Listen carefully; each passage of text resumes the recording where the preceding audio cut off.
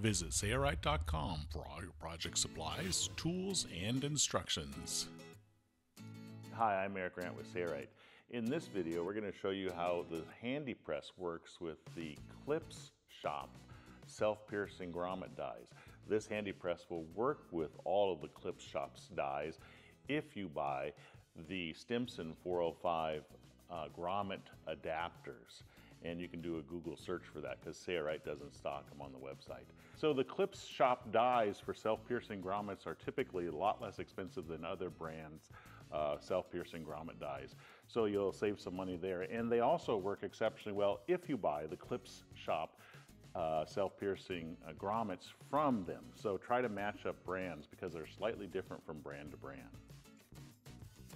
Before we get started, you need to know that the HandyPress may just be the best hand press ever made. Besides the fact that it takes almost any brand die set made for any brand hand press, it has some major advantages that other hand presses don't even come close to matching. I highly recommend you watch the demo video showing the amazing features of the HandyPress. To see it, click the link in the description or in the upper right hand corner of this video. It's now time to demonstrate the ClipsShop dies in the HandyPress, but remember you must have a Stimpson 405 Grommet Die Adapter to make it work. On the side of the HandyPress, remove the thumb screw from its keeper. Then insert the thumb screw in the bottom of the shaft of the HandyPress. Do not screw it in all the way, just a few threads. Now we'll take that adapter that makes the ClipsShop dies work in the HandyPress and insert it in the base of the HandyPress. This is a number 2 self-piercing grommet die set, and this is the lower die from ClipsShop. We'll insert it in the adapter. Then we can tighten down the thumb screw, though it's not necessary. The upper dies from ClipsShop have a threaded post. We'll thread the adapter onto that threaded post all the way so the base or the flange rests up against the die. Now this upper die can be inserted in the HandyPress. Simply push it up into the shaft of the HandyPress and then tighten down the thumb screw. Depress the lever on the HandyPress all the way down. Your goal is to have the dies come in contact with each other. So we need to lower the upper shaft, and that can be done by turning it to the left. If it needs to be raised, you can rotate it to the right. Lower the handle to test again. We need to go a little bit lower, so we'll turn it to the left. Pull the lever down one more time and check. Now we have the perfect position. And the lever should be in the horizontal or slightly downward position. This is the sweet spot that makes pulling the lever down easy, just like it does when you lock vice grips in place. We'll take the male portion of the self-piercing grommet and slide it on the upper die's post. That post is split so it holds that grommet in place nicely. The female washer has a concave and a convex side. We want the concave side to face up on the lower die.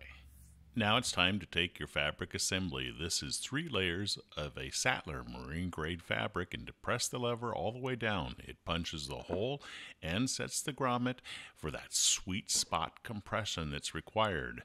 It looks to me like this grommet could use a little bit more compression. That's easily done with the HandyPress. All we have to do is rotate that shaft to the left to cause a little bit more compression.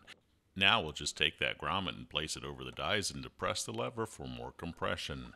Now it is set for this fabric assembly. We no longer have to worry about it. It's set perfectly, as you can see here. Both top side and bottom side look great. We'll reload the lower and upper dies again, and this time we're going to set one of these self-piercing grommets in 2 layers of an 18-ounce vinyl material called Sailrite. As it did with the Sattler marine grade fabric, it punches a hole in the fabric assembly and sets the grommet all with one depression of the lever of the HandyPress tool, and it looks great on both top and bottom side. You may want to consider for accuracy the optional accessory called the HandyPress sliding backstop for use with lower dies, and even the HandyPress ruler that's attached to it. Those are sold separately. To use it, remove the lower dies and slide it onto the base of the HandyPress. Then install your lower dies again. With this accessory, now we can take our fabric assembly and place it against the backstop so that we can install our grommet or other fastener exactly the same distance from the hemmed edge of our fabric assembly. Once you have the appropriate spot, lock it in place with a thumb screw on the side. Now we're ready to load the dies with our grommet and set our grommets. We can also use the ruler, which is also sold separately. And now we can position fasteners or grommets in this situation up to 12 inches away from the last one installed. And now you have perfect placement of your grommet or other fastener. This is just one example of the many ClipsShop dies that are available that will work great in the HandyPress if you purchase that additional adapter we talked about earlier. The HandyPress will also work with multiple other brands and types of dies. We hope this video has been helpful. Check out our website to find out what other types and brands of dies will work with the HandyPress.